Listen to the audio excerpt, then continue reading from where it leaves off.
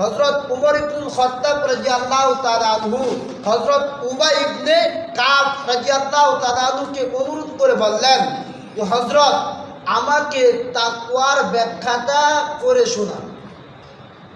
হযরত উমর রাদিয়াল্লাহু তাআলা আনহু যখন হযরত উবাই ইবনে কাব রাদিয়াল্লাহু তাআলা আনহুকে বললেন, তখন হযরত উবাই ইবনে কাব রাদিয়াল্লাহু তাআলা আনহু হযরত উমর ইবনুল খাত্তাব রাদিয়াল্লাহু তাআলা আনহুকে আবার প্রশ্ন করলেন, হে উমর, তুমি কি কখনো কাঁটাযুক্ত রাস্তা দিয়ে অতিক্রম করেছ?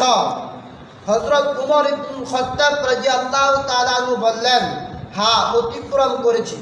তখন হযরত উবাই ইবনে কাব রাদিয়াল্লাহু তাআলা আনহু হযরত উমর ইবনুল খাত্তাব রাদিয়াল্লাহু তাআলা আনহুকে আবার প্রশ্ন করে বললেন, যখন তুমি কাঁটাযুক্ত রাস্তা দিয়ে অতিক্রম করেছ, তখন তুমি কিভাবে অতিক্রম করেছ?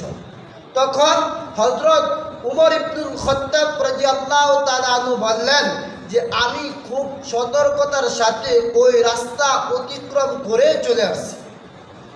তখন হযরত উবাই ইবনে কাব রাদিয়াল্লাহু তাআলা আনহু বললেন, যেরকম সতর্কতার সাথে তুমি এই কাঁটাযুক্ত রাস্তা অতিক্রম করে আসছ, এরকম সতর্কতার সাথে দুনিয়ার বুকে, পৃথিবীর বুকে চলার নামই হলো তাকওয়া।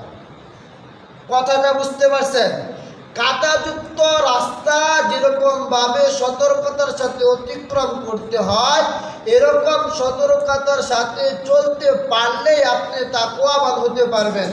দুনিয়ার বুকে বেজালে ভরা, সুদে ভরা, ঘুষে ভরা, জিনায় ভরা, গানে ভরা, বাজনে ভরা, সব জায়গায় শুধু গুনাহ। পৃথিবীর বুকে যেদিকে তাকাইবেন শুধু গুনাহ আর গুনাহ, শুধু কাঁটা আর কাঁটা। এই কাঁটাযুক্ত দুনিয়া থেকে সতর্ক থেকে যদি আপনি চলতে পারেন, তাহলে তাকওয়াবান হতে পারবেন।